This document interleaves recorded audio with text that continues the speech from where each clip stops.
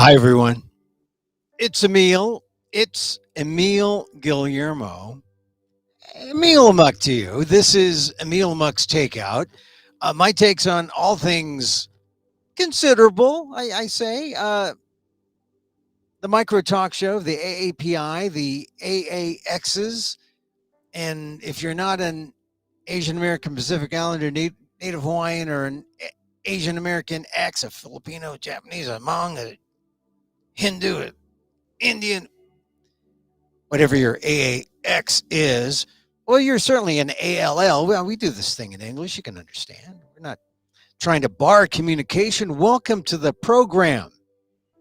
This is the program I do here, Emil Amok's Takeout, where I answer the question. Well, let's see. I answer the question, what dad? What does an Asian American think?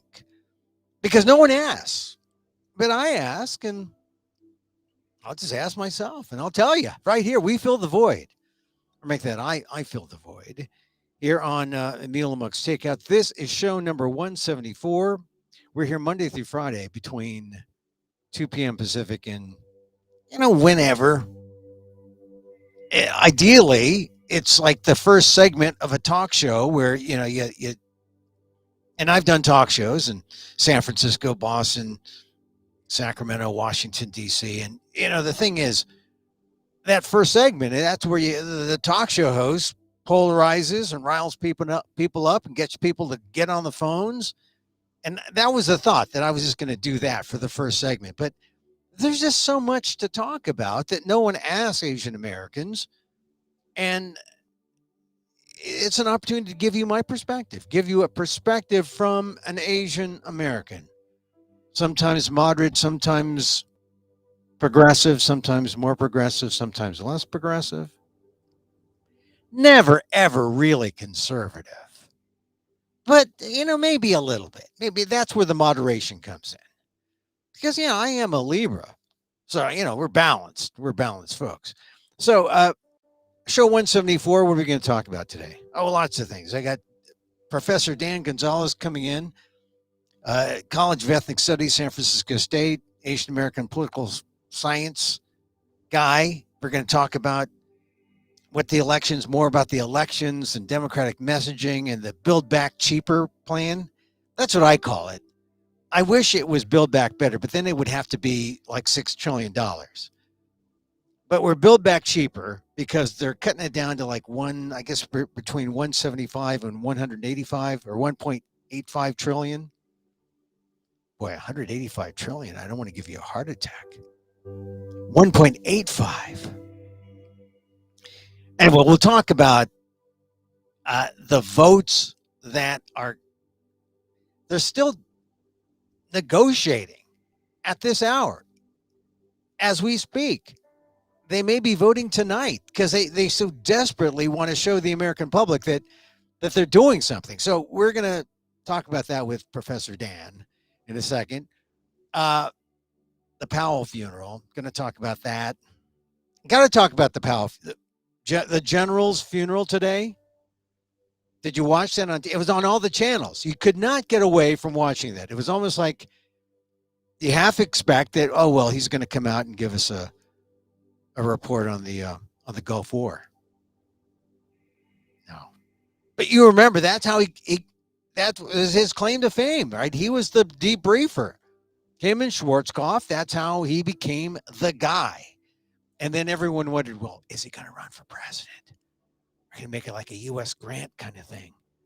And then, of course, in 95, he said no, he wouldn't do it. Because it's one thing to be a salutant general. It's another thing. And also, in terms of the scrutiny you get as a military officer. Well, they pretty much take your life. You don't have a life in the military, really. But can you imagine it's worse if you're commander in chief?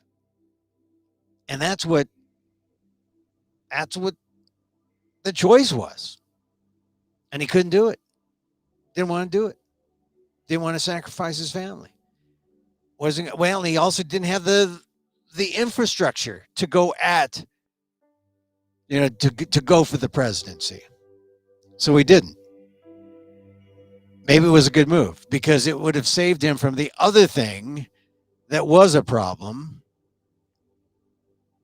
That thing, well, when he couldn't be the president, he had to work for a president, and he had to be Secretary of State, and he had to make really the speech that he called the blot on his career, the speech that justified the Iraq War, where General Powell, then Secretary of State Powell, had to carry water for George W. Bush, for Cheney, for Rumsfeld, for that whole pro-war cabal that was leading the country into a war that we never should have been in.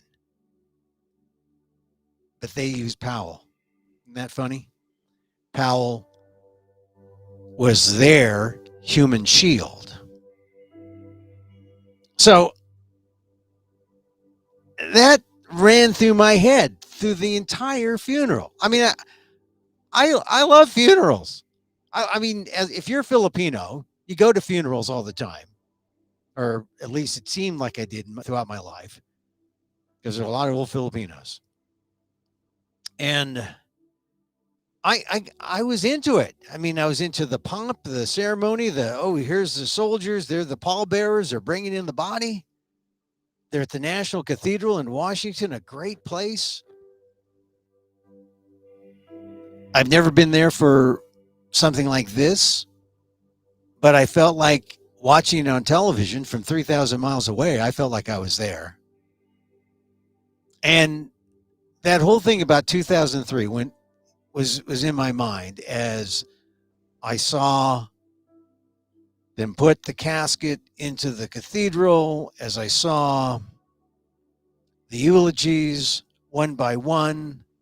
They were good. They were fun. Armitage, the assistant secretary to Powell, they were good buddies. And some people said, I heard one commentator say, "Oh, that was a kind of it was a sort of unpolished but great because it was real, because it was authentic." Okay, yeah, but maybe that was the only one, because the rest of them were they were real, but they were reminded that they were at a funeral, and they weren't going to tell the honest to God truth, right? That's really politics, right? I mean, you don't always hear the truth at a funeral. You save that. You save that for maybe another time. And you have the good taste to just say nice things. But I'm going to get to that point. The eulogy that struck me the most was Michael Powell. Michael Powell, the son of Colin Powell, who in his eulogy recalled how he was having a hard time. Michael Powell was having a hard time with the press when he was head of the FCC. And he called his father and asked him if he should quit. This was his response. Here's his response. Yeah. The response was swift. Powell's don't quit. Powell's don't quit. That's what he said about what his dad said. Here's to continue. People will long forget the issues you're dealing with. They will never forget how you conduct yourself. This was a lesson that Michael Powell shared in the eulogy about his dad. What his dad said to him: don't quit. Powell's don't quit. People will long forget the issues you're dealing with. They will never forget how you conduct yourself. You know, I wonder if Colin Powell is wherever he is. I'm not making a judgment as to where he is right now. We know he's passed on. But if he heard his son today, would he say that he did the right thing in 2003 when he went up before the UN Security Council and said Saddam Hussein had weapons of mass destruction. Because in Michael Powell's words that his father said, people will long forget the issues you're dealing with. Well, we haven't. They will never forget how you conducted yourself. Well, we haven't forgotten. There he was, essentially lying. Because Saddam, he said Saddam had weapons of mass destruction. Did he? No, he didn't. Now, maybe he had some cover. He could blame faulty U.S. intelligence. He should have known. And if he did know, or if he was later corrected, could he have stopped that moving train that justified the Iraq War? Because if he was a good guy, he would have. People will long forget the issues you're dealing with. No, they haven't. They will never forget how you conducted yourself. Well, he conducted himself like a Secretary of State who was a former general. And he saluted the Commander-in-Chief, George W. Bush, and all his folks, who said, we got to go in. We got to go into Iraq. And that was one of the takeaways I got from watching the service today. Yeah, I mean, it was sad. Sad to watch, essentially the Episcopal Mass, right? No communion, but they had the readings and they had the eulogies. That one thing stuck out of Michael Powell's eulogy for his dad, plus the fact that he said his dad loved mechanical adding machines. That was is that neat? I don't know if you call that neat. It's just a thing you don't know about General Powell. But here's one other clip I want to play. This is Michael Powell again. He talks about the difference between resume values and eulogy values. Let's see here. Resume virtues and eulogy virtues. Okay, resume virtues and eulogy virtues. This is Michael Powell talking in reference to his dad. Resume virtues are your achievements and your skills. Eulogy virtues are those discussed at your funeral, the ones that exist at the core of your being, whether you are kind, brave, honest, or faithful. This person has a quiet but solid sense of right and wrong, not only to do good, but to be good. Think about that. Not only to do good, but to be good. But think about that. This is Michael K. Powell talking about his dad. He wants to love intimately, to sacrifice self in the service of others, and to live in obedience to some transcendent trust. The transcendent trust. Could that be George W. Bush? That was my father. The example of Colin Powell does not call on us to emulate his resume, which is too formidable for mere mortals. That I agree. He had an impeccable resume. From the South Bronx to City College in New York to 4-star general. Impeccable. To Secretary of State. He was Joint Chiefs of Staff, right? Chair of that. He was Secretary. Just an abundance of firsts. Barrier after barrier. Is this enough? No, it's like he's like Superman crashing through these barriers, right? For Black, Indigenous, people of color, that is something. And I take nothing away from him there.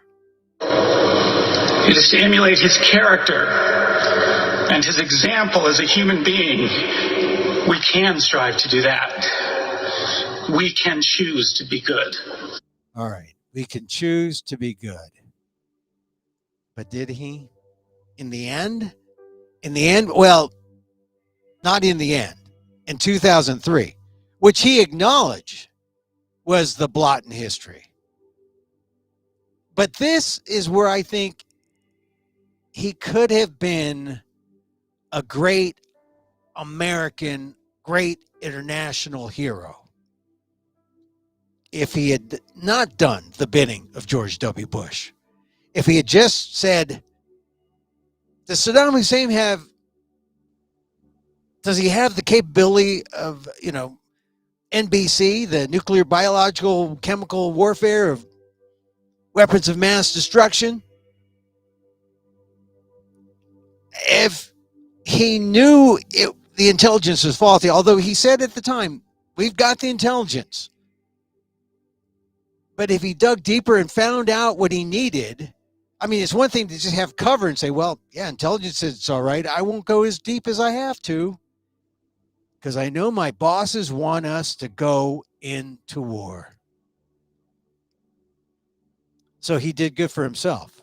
He pleased his bosses. He did good for them. Did he choose to be good for us? Not just Americans, but for the Iraqis, for the people in the Middle East, for everyone throughout the world.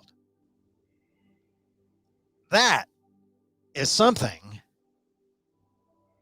that even when you take, you get the admission by Powell that he was wrong. You got to say, all right, you could have been a 10 plus great, but when you chose to be good, you didn't follow your heart, General. You weren't the real Colin Powell. You were the good soldier. You said yes to George W. You said yes to Rumsfeld. You said yes to Dick Cheney. You said yes to the intel you were given. And you went to the UN Security Council. And then the U.S. went to war. And hundreds of thousands of people died.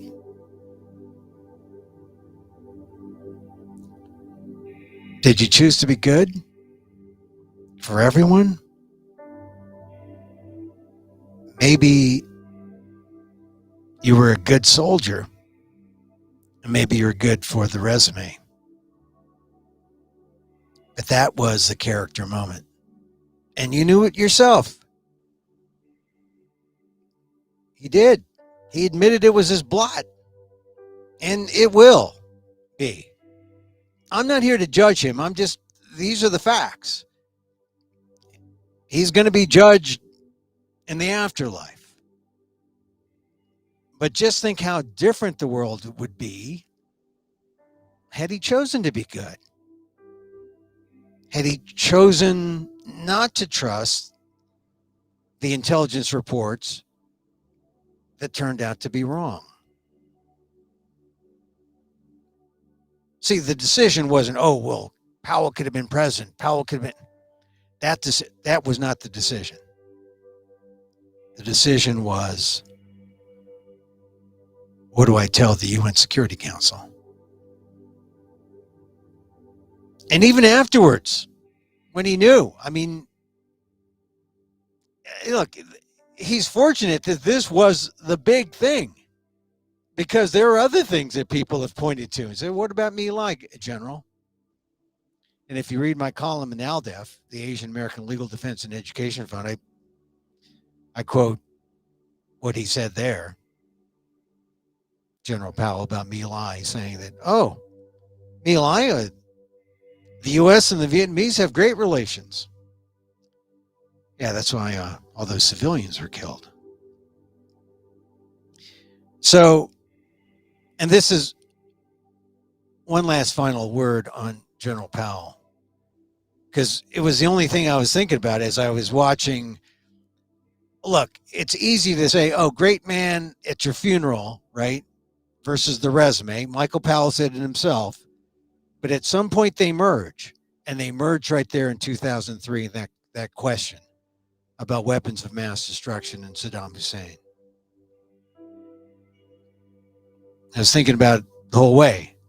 And yet, at the funeral, you want to say, yeah, what a great man, what a great patriot. We remember him. We give him that pass on this day. And yet, it's not that. I mean, the consequences. You know what happened. You know what his one bad decision, his one major league bad decision did. So I just wonder, when they were singing that hymn, How Great Thou Art. I'm Filipino. I'm Filipino Catholic. How great thou art. When they sing it, they're not singing it about the guy in the casket. They're not singing it about anyone else but the man, right? But I wonder how many people after a service like that were thinking, oh, they're singing about Powell?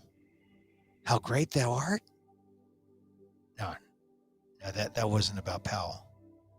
Like I said, with all due respect to the general, he could have been the greatest, the absolute greatest, had he walked away. Had he said, this was not worth my own self-aggrandizement to back up the Bush administration. That would have earned him a special place. And now, even he acknowledged when he was living that he lives with that blot. So, General Powell, I wish I could say rest in peace. I mean, on one hand, yes, rest in peace. But think of what he did that was just the opposite.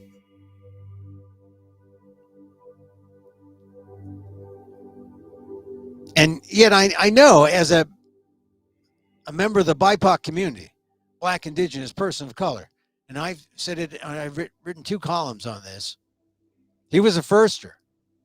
And the first one, the initial reaction, I was just, hail to General Powell. And it's later when I just said, let's look a little closer at this. So I honor him as a person of color who did some great things, because one thing is true. He rode the elevator up, but he never forgot to send it back down. That, I will say, is true. Unlike a lot of people who are so self-serving and ride to the top, stay at the top. That was, Powell was not that guy. He was the guy who did remember. And so it's too bad that one blemish, 2003,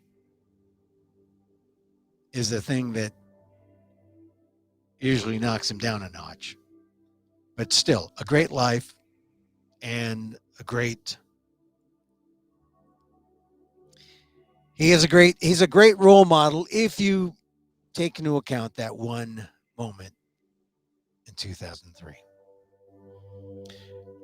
All right, so now all that's going on, and we're thinking about all these big things, these long tail kind of things. Colin Powell, what he said in 2003. Oh, it's great to see all the presidents there, except one president.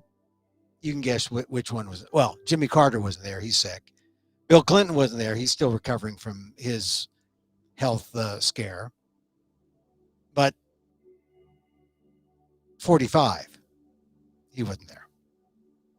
And, who was surprised by that? Anyway, let me bring in College of Ethnic Studies professor Daniel Phil Gonzales. Dan, how are Good you? afternoon, sir. Good afternoon. So Good afternoon to that was you something. all in the audience. That was something to see all the presidents together, wasn't it? A little bit, except the Yes, Trump. yes, it was. And it's too bad that Clinton and Carter weren't there. Nobody Yeah, missed 45. yeah, Well, some people probably missed him, but I mean, it would have been incredibly hypocritical for that guy to show up. It would have been so bad on so many levels.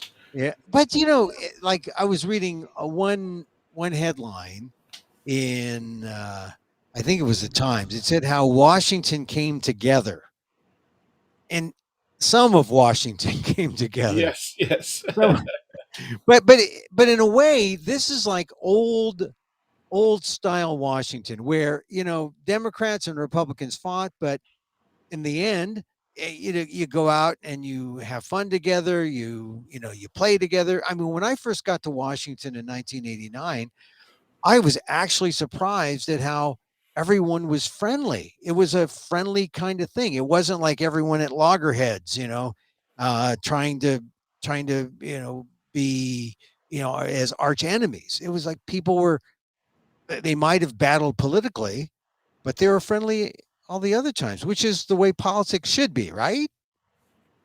Civility. Yeah.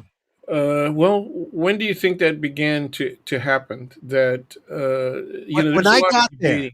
when I got there, 89. You I were mean, it was coincidental for me, but in 1989, that's when you had Rush Limbaugh really starting his rise.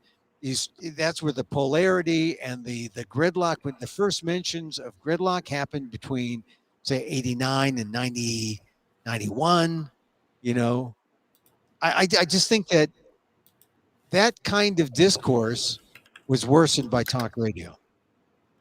I think, and the guy who was the master is the late Rush Limbaugh, and unfortunately, he did it and destroyed the country.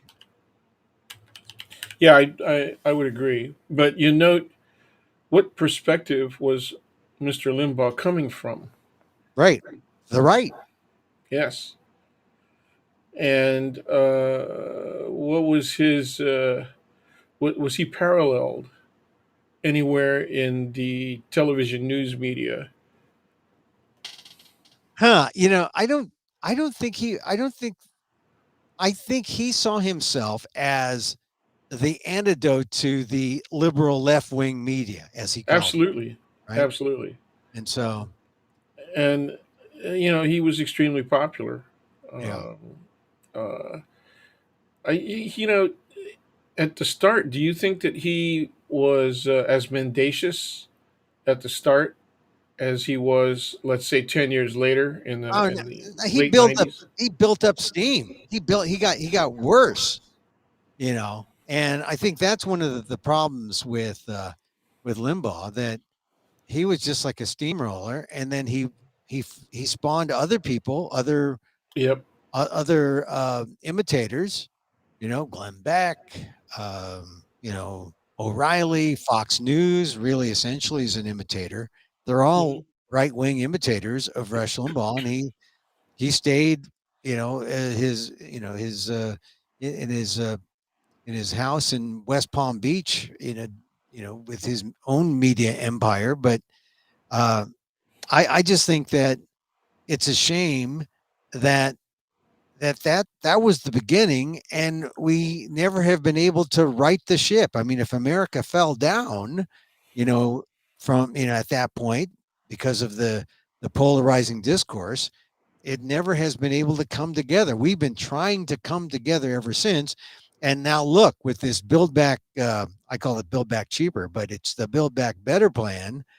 We're seeing how even the Democrats have a hard time doing the right thing. To Well, they're more pass, likely to have a hard time. I mean, that's the reality of the Democratic Party is that it is a big tent party, yeah, and it has always had a conservative element under in that tent. They always claim. Remember the old saw? Well, I am a fiscal conservative, but a social liberal, right, right? yeah, And that's Manchin said it about himself. just Yeah. the other day. Yeah. So I'd like to hear Kristen Cinema say something, along those lines to identify what she is.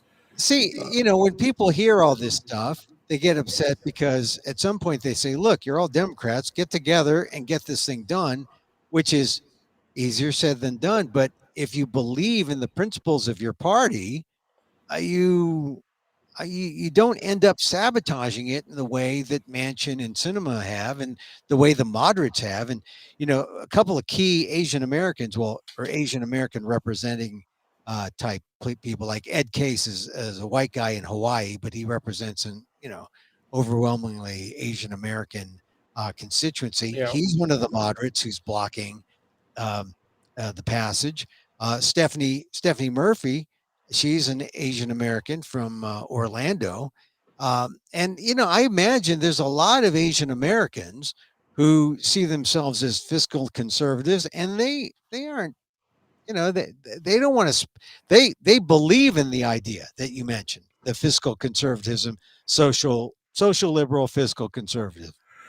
yeah. That But do they? When you can, it's easy to say that, but you can see that by being a fiscal conservative, Mr. Manchin, and to a certain extent, a lesser extent actually, Senator Sinema, that being a fiscal conservative often puts you on the wrong side of social liberalism. yeah, Because liberal Democrats, liberal and progressive Democrats, even radical left Democrats, right? They're interested in the welfare of the poorest among us. They're interested in the working class. And they look at things from an economic and a socio political point of view. It's never just politics as usual. What we often refer to as traditional politics. Some of what you were talking about, like before you got to D.C., we could all depend on people understanding what the rules of civility were. yeah, Even in D.C. You know, there was much less absolutism, right? And that absolutism came from the right. And one of the things that really bothers me, how do you feel about, one of the things that I ask students about, what are false equivalencies, right? yeah, Like both sides do it. Okay, so let's just pick mendacity, lying about public events, yeah, whether or not they even occur, yeah. and then they say both sides do it. You Yeah. know, Well, what? that's one of the things about now. One of the issues that the Republicans want to get at the Democrats for is, voting rights, because they fear that the elections need to be tightened up. They're corrupt. They're there's something wrong with them. But no one's complaining after Tuesday. No one's complaining about the elections. No one's complaining about election frauds. That's Okay, let probably me do that. Let me do that. It was rigged. yeah, It yeah. was rigged. McAuliffe should have won. That was I want a one recount. that was one of the biggest takeaways from Tuesday's election, that on the Day of the Dead, no dead people voted. Yeah. On the Day of the Dead, there was no election fraud. I love it. I love it. That's really good. You know That's what? one I'm gonna borrow that. I'm gonna use it in my classes. That's well, really good. well, I think it happens every 7 years. The Day It's of the one Dead. heck of an irony. Yeah, the Day of the Dead and an election day on the November 2nd coincide. But really, it's one of those things where no one's complaining about it now, and people should be smart enough to understand that. No, don't go there. Don't go Well, with they the should be smart smart part. enough to know that, hey, look, there's nothing wrong with. We know there's nothing wrong with our elections. There's only things wrong with the people who run for office in elections. That's what's wrong. It's not the Well, elections; it's the well, people. that's going to change though. Have you seen how many election officials are resigning their positions? Yeah, they're resigning because they're getting harassed. They're getting Harassed. They're getting death threats. That's pretty yeah. serious. That's the highest level of harassment other than actual physical assault. Yeah, well, being a person of color, you should know this too. That you say something or do something that is that people disagree with, you're going to get some kind of threat. You're going to get at least hate mail. That is not maybe to the level of death threat. That's maybe not quite a 10 on a scale of 1 to 10. It's probably more like a 3. But you go out there and you say something that is going to be disagreeable by some, to some people, you're going to get hate mail at the very least. But I think we got to see the voting rights, all the Yeah. reforms of Yes. Yes. right Yeah. happen to make sure people vote. Because if the Republicans' voting rights, it's not really a voting rights; it's really a take rights away bill that the Republicans want. They want to restrict voting, but the John They've Lewis, already succeeded at gerrymandering in the red states. yeah. You know, Well, they've done that. several states that are sort of swing states or blue states traditionally have passed measures that take the formation of districts, right, voting districts, and precincts. They've taken it out of the hands of the politicians themselves and rather put it into the hands of commissions that are theoretically at least balanced Right. party, in terms of partisan representation. California, I don't know. That's another thing we should talk about sometime. But Yeah. Well, uh, see, this is the thing. I've always questioned whether or not uh, you know we've always gotten away with the fact that our system has been really precarious, but nothing really bad has happened. And now right, people realize just how how precarious. vulnerable it Yeah, is. Yeah, yeah. it's I mean, extremely vulnerable. One of the things I wanted to talk about was how do you feel about the way that the Democrats deal with the constant aggression by the Republicans? It's constant and it's simple. One of the things that I think is appealing about the Republican strategy to people who have tendencies towards really conservative thinking, right? I'm not talking about the branding of conservatism as it's gotten so twisted lately, right? But real conservative thinking. Do you connect racism with conservatism?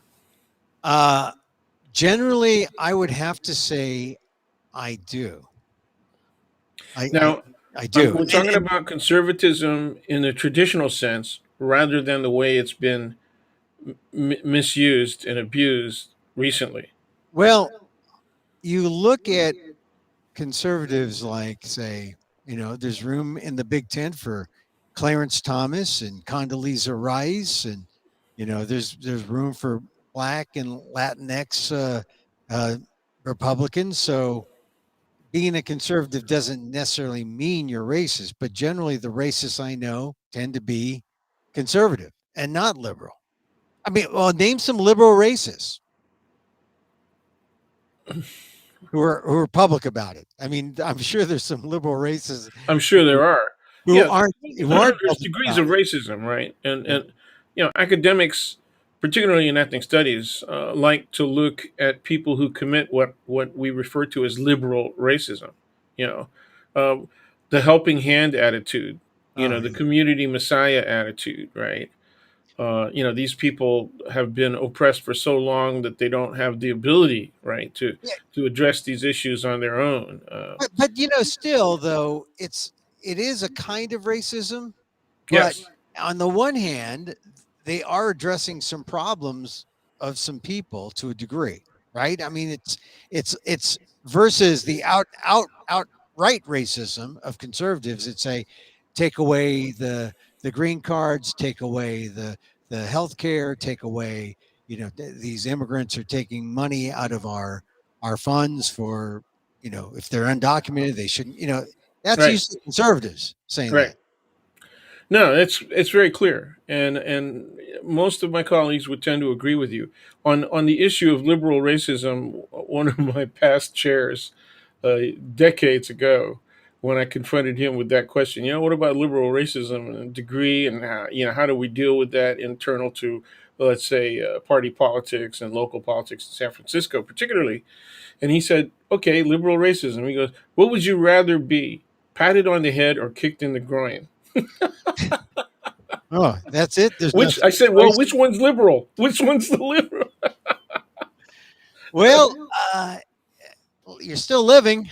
I, I guess that's one of the things. Hey, Yeah. well, uh, look. So, what do we do though with that there we go. what do we do with That's Manchin and Cinema? that's the question. Is that they're Well, you can't. against liberal racism? In Manchin's case, right? He's the best you're going to get out of West Virginia.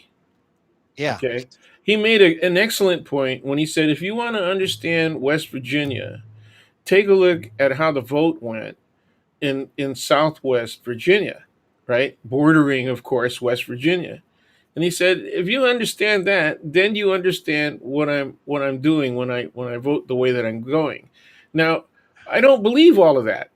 Okay, yeah, I don't believe all of that because I think a lot of West Virginians would be in favor of the itemized elements, right, of the yeah, social infrastructure project. yeah. Okay. I think that's true. But here's you identified a point here. Here's Manchin. Really, he's not talking about the people in that Southwest Virginia area and bordering his West Virginia area. He's really talking about himself. He's talking about his self-interest, and he's talking about, if Yes, I want to get elected again, I've got to be this way because I'm because I not got going to to get get this money. elected. I'm not going to get elected again if I vote for, Build Back Better the way it is now. And if Well, I I would, think he knows that he's constantly at risk, right? Just as well, being a Democrat in West Virginia, and I think he's been padding his retirement fund, oh, a lot with, the whole yeah, time. with, He's got tons of money, and how much of that is really going to campaign finance, right? And how yeah, much of it, because he owns stocks and bonds. He's in immediate conflict of interest. yeah, You and well, he's in the back pocket of the oil and gas interests of his state, know, and when and say, Cole, so here's a thing that really bothers me when I was talking about Powell earlier, Colin Powell and his funeral, and being yeah, good for the people and internationally, or being good for yourself, right? For the resume or for the funeral, for the eulogy, and really, Colin Powell, when he made his big mistake, he did it for his resume and not for all the people. And at some point, when you're in politics, and I think this is the problem, you're into self-preservation more than you are for the preservation of humankind, for the goodness of fellow citizens. You're making decisions for yourself, for your ability to stay in office, right, and that should be, look, you should be able to make the tough choice that is not self-serving. Now, as I say that, people say, what the hell are you talking about, Emil? Why right. would I vote against my own interest? Because it's right. Now, who does that? Not many people can. And because not many people can't, if you do, you are a saint. But if you can't, then you're just like all the rest of them. And that's why Powell, as great as some people say he was, there was that one blot, he even admitted it, that makes him not quite saint level. Yeah, He there's not going to be very many people that answer to that standard. In fact, I well, can't think of any right now. I well, can't think. they're not in politics. If they, Yeah, you yeah. can't be in politics I if you think I are. think the closest you get, if you want to look at people in the presidency or in the, high positions, like Powell, I would say the closest you're going to get is Jimmy Carter, and he was a one-term president, and they went after him because he made a statement about. They went after him for two big things. One, he said, "I have lusted after other women in my heart." Remember that? Yeah, I do remember that. And I he was made it hoping you were sound going to like say that. he committed rape in full public view, you know. Yeah. And then they also went after him because the rescue attempt Oh yeah. of the Iranian hostages failed so miserably. See, Right? isn't it funny that not many people of a certain age would remember that, but not many people recall Jimmy Carter, except that they remember he built houses. Jimmy Carter built houses. He still does. He still does. But I met him. I went to a Sunday school lesson that he gave.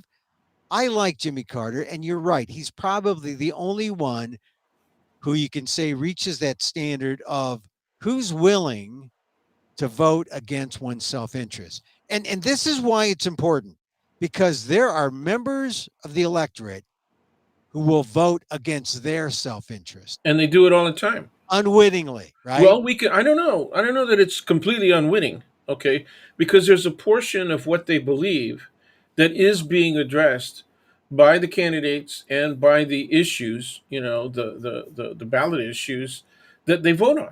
Yeah, but But when a but but the when a question is whether or not those representations are accurate and truthful. yeah, So they tend to buy into things because they believe that they have a strong set of values, but they have a very simplistic understanding of how the candidates and how ballot measures are being addressed or are actually functions of the values that are being asserted, right? yeah. So they can fall victim very easily to salesmanship, right? Well, It's marketing. It comes down to marketing. I mean, one of the guys whose opinions I really value is Donnie Deutsch, and what's his thing, right? Is marketing. It's yeah, it's labels, you yeah. know. He's a marketer, and I Yeah, mean, no, I don't even. I think he's more conservative than liberal. I think he is too. I think I don't even, but I don't really know. I just know that he's more marketer. He's more capitalist than not. Sure, And sure. this is the other thing. If you're into the mainstream capitalism, then you are going to succeed to the degree that you are, and maybe you're all in. Yeah, you're going to succeed. If you're not, if you're, and you could be a worker and still believe in capitalism, but you're a worker, and those people do not succeed. Unfortunately, I don't. I mean that's just my opinion, and I think that so that means that who's going to speak for the workers? That's right. Uh, someone like someone like Sanders, who's an independent, who's a democratic socialist. I mean that's the movement that is really going to be liberating for a lot of workers here, and will prevent people from voting against their self interest Yeah, but the because problem the problem is union leadership, that is right? The union leadership are also, many of them are bought and paid for the same way that politicians are bought and paid for. Well, I hate to admit it, but I think you're right. I mean, that's the problem with everyone who rises. They have to deal with a level of corruption. Right. But some people will say, "Oh, that's acceptable. Everyone does it all the time," or No, and it's not. see, It's when people make those kinds of assessments, yeah, and they're already on the road to voting against self interest, right? yeah, and You then know? also you take Trump. Trump has brought the whole thing that we see in third world countries, where where Yeah, corruption. the people, pass some money along, they do Sure. favors. It happens a lot in the Philippines, right? In the Yep. Philippines, it happens a lot. And it's a part of the political culture, corruption. And a lot of third world countries that's the way it works. Bring some extra dollars, so you grease a palm, right? Well, see, the interesting thing is that on an international scale, you can understand corruption when you look at the disparity, right, Mhm. between the majority of the population and the wealthier political and economic elites. What Right. is interesting about the United States is that we're still probably the richest country in the world. Okay. Yeah. And yet you see the same kind of parallel corruption occurring here. Okay. Yeah. So why does that happen? Well, You know, it doesn't happen as much. I mean, you can't go say to a like some regular bureaucratic office and slip someone a 10 or 20 or whatever and expect, better service. okay, so it doesn't happen at that level quite Yeah. regularly, right? Yeah. But look, corruption does happen in American politics, and we have disgraced politicians who Sure, and obviously it has to do with the regional culture or local culture, whether or yeah. not that corruption occurs. Yeah. And all you got to do is take a look at Arizona Oh yeah. and the kind of court decisions that come out of there, and also the behavior of people that were pardoned. by Yeah. Mr. Trump, including the former Sheriff Arpaio, right? Yeah. Uh, High Well, level corruption, judges,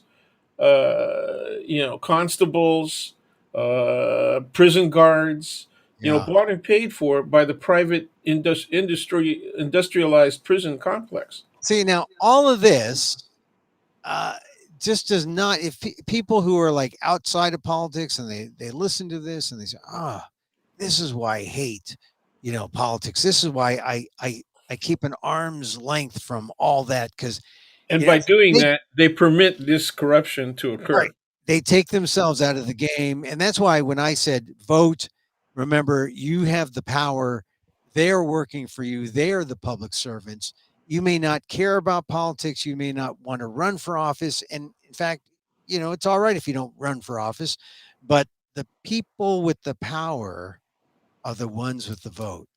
And Right. you vote, and that's why it's all important when they either redesign district lines or they Yep. try to take the power of the vote away or you know simple things like same day registration, all day voting, weekend voting, mail in vote when they start Making doing voting those. a holiday, Yeah, making voting day a holiday. yeah, and It's a holiday in most other democratic societies, and yeah, but on a recent couple of years ago, my wife and I took a trip through Spain and Portugal, right, and and we talked to our guides and our drivers, and people casually on the street and restaurants, and I asked them, how is it? The tax system. People complain that it's too much, and they say, well, actually, the medical assistance that we get and the high quality of education that we get that's available to everybody, that stuff is really good. And I said, well, we've been driving through your country, and the freeways are in excellent condition. And they said, well, why do you notice that? And I said, well, I'm from California, and the freeways, there are areas of the freeways that are in horrible condition, yeah, yeah, and they're not in good repair. I gave them the example of the quake oh of yeah, '89, and how all kinds of highways were injured in the quake, and money was set aside. We had a big bundle of federal money to repair the Dole approach, right, to the Golden Gate Bridge, the San Francisco side, right, of the approach to the Golden Gate Bridge. And it took 10 years to just even get started on working on that. It wasn't until the early 2000s that they started doing a meaningful burden of work on that approach. And yeah. it just, it's been less than 10 years, right? I mean, it's been since last decade But this is that you could actually trust that approach. And well, this they is did a great job. But yeah, look how long, and the money was there from the start, and yeah, it took forever for the locals to decide how and when they were going to do it, and it ended up doubling the cost. yeah. So we didn't have, we had the federal money sitting there. It wasn't garnering the kind of interest, right? They probably had it in a regular bank account. Can you imagine it? Yeah, but that this is the problem. It's like the feds have the money, they have the purse strings, but it's up to the locals to distribute. That's And right. sometimes that kind of bureaucracy ends up, you end up with a situation like, oh, a thing that should take, uh, you know, 4 years takes 10 years. So Which underscores the position that both of us are taking, is that even if you dislike politics, you have to understand that your personal oh yeah, quality of life is going to be affected by that. And yet that's why, from a practical perspective, you really ought to know what's going on. oh Study yeah. the stuff and go ahead and vote. You gotta vote. So Dan, let's talk about Build Back Better because there are a couple of things that really affect people when they talk about 1.75, 1.85 trillion, six Right. trillion. Yeah. But see, the thing is, It's not it's the road, money. It's about what actually happens, right? right? What's going to get done. But it's also there's money for roads and bridges, but some of Yes. the other things that That's they the can do, hardware side. yeah. But on the soft side, there's money for immigration, and this is something that should um, should concern. resonate with Asians and particularly with Chinese and Filipinos, since we're the Yeah, yeah, biggest groups yeah. still So immigrating even today. right. So we're also talking about money for DACA, right? Right. The immigration. Absolutely. So Which the Republicans, many Republicans say they're in favor of that. yeah. Well, they have to. They need the workers. I mean, the worker shortage should make people realize that this is why we need our immigrants, right? Yeah, but what they need, what they really want is they want white people. Well, the They, brown, they want white immigrants, or at least somebody from Europe. If they're yeah. not white, Well, they then make it. European of some sort. Yeah, that's why, and that's why some were big on the Russian immigrants for a while, especially in San Francisco. It Yeah. seemed. Oh, no kidding. Yeah. So, all right. So, tell me, what do you think's going to happen with this vote on the Build I think Back it'll Better? get passed. I think it'll get passed. I think But the not this week. progression. Not over No, the no, not this week. not over the next She 48 choked hours. again. They choked again because the so-called moderate Democrats. Yeah. You know what? Manchin described himself as a conservative, Oh, that's good. and but He is. most of the media keeps referring to these people as moderates, and they're not moderate. Okay. No, yeah. Uh, Once again, this is one of the things that I discuss in my class is that Yeah. this whole view of what constitutes liberal and conservative is skewed way over to the right, so that something can be actually moderate right, and center right, and people think it's liberal. Right? Yeah. It's crazy. It's really crazy. So, when So do you think it's going to get passed? Next week, sometime. no, probably closer to Thanksgiving. Yeah, they've Yeah. asked for the score from the Congressional CBO. Budget Office. Yeah, Yeah. and, like, I don't know, like that really is just a delaying tactic. It is. It That's isn't. all it is, because Absolutely. I agree with you 100%. they don't need the score. I mean, at some point you say, look, let's pass it, get it done. We got the votes if Yeah, everyone no, stays in line. they can, but no, actually procedurally they do have to have the score. But you're right that it's a delaying tactic. Yeah, I mean, but they could also say, look, we're all in agreement. We need to do something. Let's come back with something. Boom, let's pass it. They Yep, wanted to yep, separate it now. yep. So look, it's never done until you start seeing someone cut a check saying, "Here, this is for your bridge, and this is That's for right. your workers." And so, That's absolutely and right. we may not see that for a while, but this is the process anyway.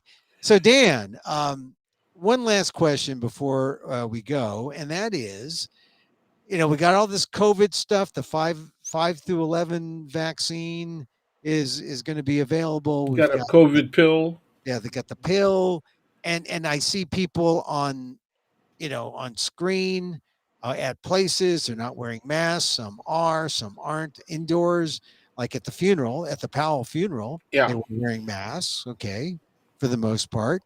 Yeah, I think most of them were, but yeah. I still think, is this me being pre-agoraphobic by not wanting to go out, and I'll go to the grocery store, I'll mask up, but I will not take unnecessary trips anywhere. I will not.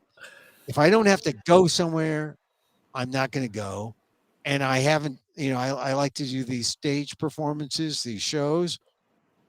I think I had an offer to do one. I'm not going to go. I don't think I'm going to go on stage yet. Is December too soon? I think December is going to be cold, and it could be the worst. It could Yeah, no, no. You want to wait until after the winter, because I believe that there's a danger of a surge during the yeah, winter, you do. because All right. So people are going to get together, and you have a lot of people who, I mean, it's a good. I don't know how fast the FDA is going to sanction the pill, but I'm glad that it's available, or that it will be available, because I think a lot of people are going to contract COVID during the winter, and yeah, so then we'll be in danger again because the kids are going to be going back to school. Most of 30% of the parents say they will never have their child vaccinated. Okay, yeah, so that means that masks are going to be around, in school districts. that aren't besieged by people who are, threatening them, death threats, right, at the school board level. You notice also on the right that they're running for school board. Yeah. A lot of heavy Trumpers are realizing, you can get elected if you just don't talk about Trump. Yeah. Well, also look, You can take on hard positions that are Trump identical, but don't mention Trump, and you can get elected. but a lot of people realize So that's what's also, going on. So we're going to be threatened all the way around, and I think there's going to be a surge. So yeah. yeah, I don't think you're agoraphobic at all. I was going to I say, well, I'm going to have to jump in the same bus as you because I feel the same exact way. yeah, You know, well, I thank don't you. mind paying for the service of people delivering our groceries. I Well, gladly do that. I still go out to I go out to the grocery store, just not that often. But I know that, look, if a pill Oh, is I just available. lost your sound. Oh, how about now? I'm I don't on. know what's going on. I didn't do anything on my end. Oh, Let me check. I'm still pumping It's out probably sound. on my end. Yeah, I think it's Wow, on how did your that end. happen? Yeah. Okay. Okay, let me go check. All right. Well, look, Dan, that's it for today. I mean, it's a eh, okay. Dan is gone because his unfortunately. I was going to tell a joke about the pill. I said, "Look, I don't mind if I get COVID. I just mind if I get pregnant. That's all." Anyway, that's Professor Daniel Phil Gonzales. We lost sound, but he'll be back again. He's a regular guest. I like having Dan around because Dan is he's one of the originals at the College of Ethnic Studies, San Francisco State University. He knows politics. He knows Asian American studies. He knows Filipino American studies. He knows it, and it's an honor to have him come and share with us here on Emil Amok's Takeout. So I think it's time for more music. So thank you again for being with us all this week. What a week! I mean, we had an election, as I like to say. Hey, it was a Day of the Dead, and no dead people voted. What are these people talking about elections being rigged? Dead people voting. It doesn't happen. So, and yet, the Republicans are going to fight the Democrats on voting rights, on election integrity. Not an issue. It's not an issue, but they're making it an issue. Don't buy into it. Don't buy into the big lie that someone else won last November. That a year ago, someone else. No, the real president is in now. Don't buy that January 6th was just like a walk in the park. It wasn't. Notice they got that. There was a white female realtor from Texas. She got the book thrown at her. And it was right. She said, "Look, I'm not going to go in jail because I'm white." Well, you're going to jail, honey. Oops, I shouldn't have said honey. That's kind of like a sexist thing. But she's going to jail. So don't buy that. January 6th happened. And let's hope the January 6th committee does what it needs to do to expose and to punish those people who are perpetrators of that. That's a blot on our American democracy. That was a failed coup. And it was staged, well, all the fingers are pointing to the highest office in the land, the Trump administration. Anyway, so what a week. And then we end up with one of my favorite topics, General Colin Powell, a man who I praised really, I overly praised perhaps when I first heard of his death, but you look at the record and you say, you know, he was okay when it came down to making the tough decision. He could not make the decision that would help all of mankind. He made the decision that helped his bosses and himself. That's a problem. But something to think about. Certainly as a BIPOC, a Black Indigenous person of color. Got to honor him for being a barrier smasher, right? For all of us. I mean, he's a generation ahead of me. So those of us who came after stand on his shoulders. I mean, he broke barriers, no doubt. But it says something about people who rise. They pay a price. And the price is, were they absolutely authentic or just authentic enough?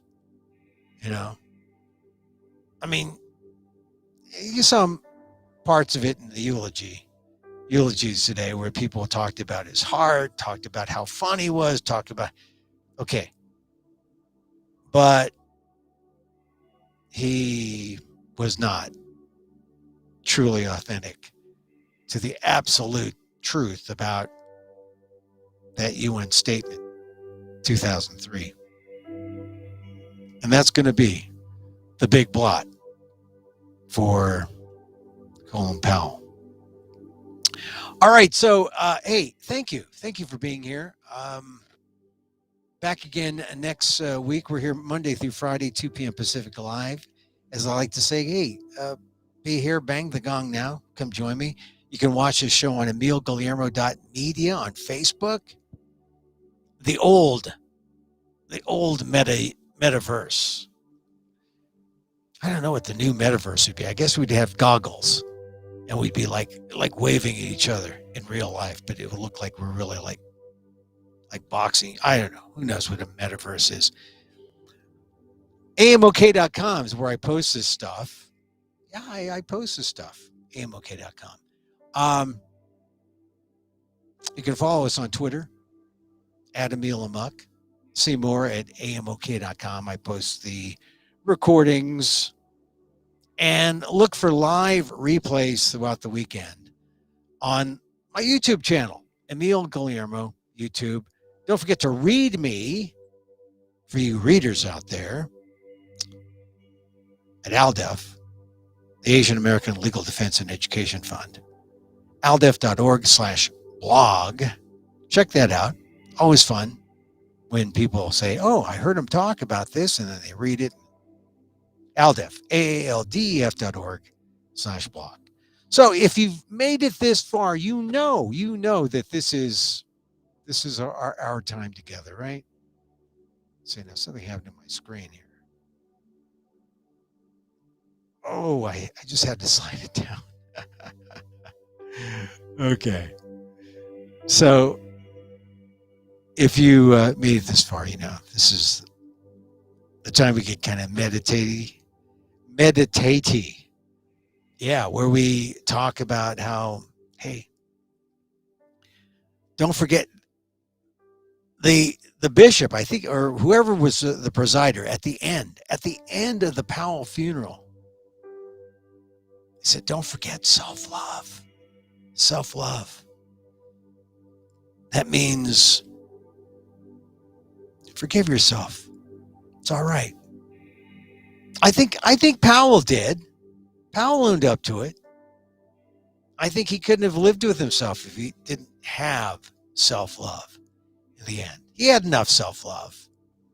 You don't become a 4-star general without having an adequate amount of self-love. But for those of us who aren't 4 stars, don't forget the self-love, the self-hug. You belong. You're worth it.